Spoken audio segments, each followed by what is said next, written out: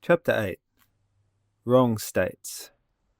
Unquestionably, in the vigorous observation of the myself, it is always urgent and unpostponable to make a complete logical differentiation in relation to the external occurrences of the practical life and the intimate states of the consciousness. We urgently need to know where we are situated in a given moment, as much with respect to the intimate state of the consciousness as to the specific nature of the external event that is happening to us. Life itself is a series of occurrences which proceed through time and space. It has been said life is a chain of torments that man carries entangled in his soul. Everyone is very free to think as he wishes. I think that the ephemeral pleasures of a fleeting moment are always followed by disenchantment and bitterness. Each event has its special characteristic flavour, and the internal states are likewise distinctive. This is incontrovertible, irrefutable. Certainly, the internal work on the self emphatically refers to the diverse psychological states of the consciousness. Nobody can deny that within, we carry many errors and that wrong states exist. If in truth we really want to change, we need with the utmost and unpostponable urgency to radically modify those wrong states of consciousness. The absolute modification of erroneous states causes complete transformation in the field of practical life. When one works seriously on the wrong states, obviously the disagreeable events of life can no longer hurt one so easily. We are saying something that is only possible to comprehend through living it, really feeling it in actual fact. He who does not work on himself is always a victim of circumstances, like a wretched log tossed on the stormy waters of the ocean.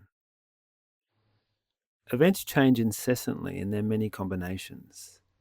They come one after another in waves. They are influences. Certainly, there exist both good and bad occurrences. Some events will be better or worse than others. To modify certain events is possible. To alter results or modify situations is certainly within the realm of possibility. However, there exist in fact some situations which in truth cannot be altered. Such cases need to be accepted consciously, although some are very dangerous and even painful. Unquestionably, pain disappears when we do not identify with the problem that has presented itself. We must consider life as a succession of internal states.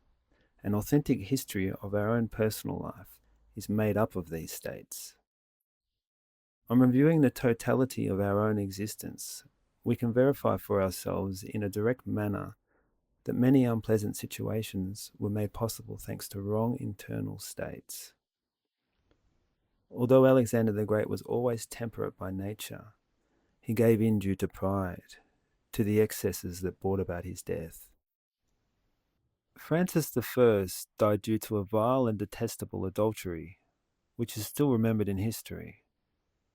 When Marat was assassinated by a depraved nun, he died arrogant and envious, believing himself to be absolutely just.